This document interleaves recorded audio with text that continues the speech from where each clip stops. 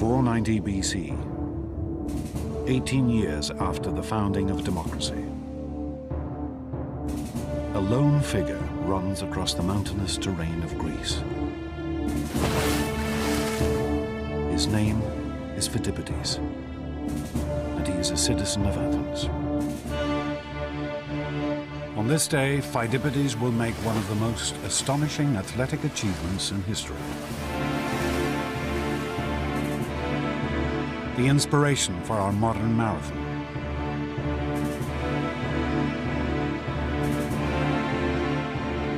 But Phidippides' quest is not for glory, but survival. His homeland is about to be conquered by the mighty Persian Empire.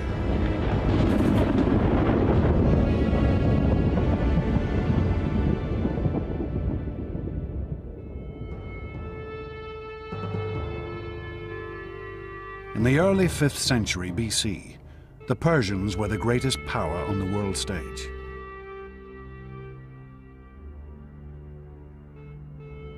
Their vast empire stretched from India in the east to Turkey in the west. Now, out on their western frontier, the tiny state of democratic Athens was gaining power. This was a threat that the Persians would have to destroy. The Persians lived in a culture of unbending tyranny. At the head of their empire sat Darius, known to the Greeks only as the Great King. Suppliants had to cover their mouths in his presence just to avoid tainting the air he breathed.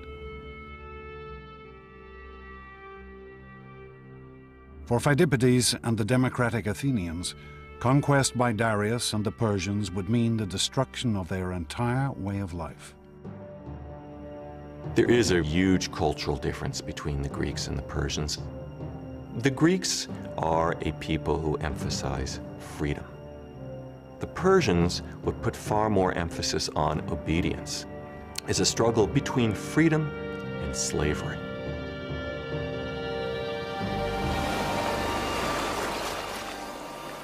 The Persian force landed at a sandy bay called Marathon, just 26 miles from Athens. News of the invasion spread through the streets like wildfire. This was a city without a standing army.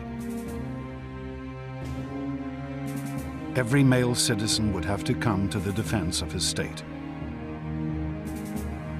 The poorer citizens have spears, sticks, bows and arrows, whatever weapons they can find. But the heart of the Athenian force would be the hoplites, men who could afford heavy bronze armor, a shield, a spear, a sword. The Athenians would field a small but determined force. That's probably the first time in the history of the Athenian state that the entire population had been mustered. And for them to field 10,000 hoplites out of a citizenry that might have only been 20 or 30,000, it's a level of involvement that's astounding. But as they faced the Persians on the battlefield, the Athenians held out little hope of victory. They were outnumbered by 2 to 1.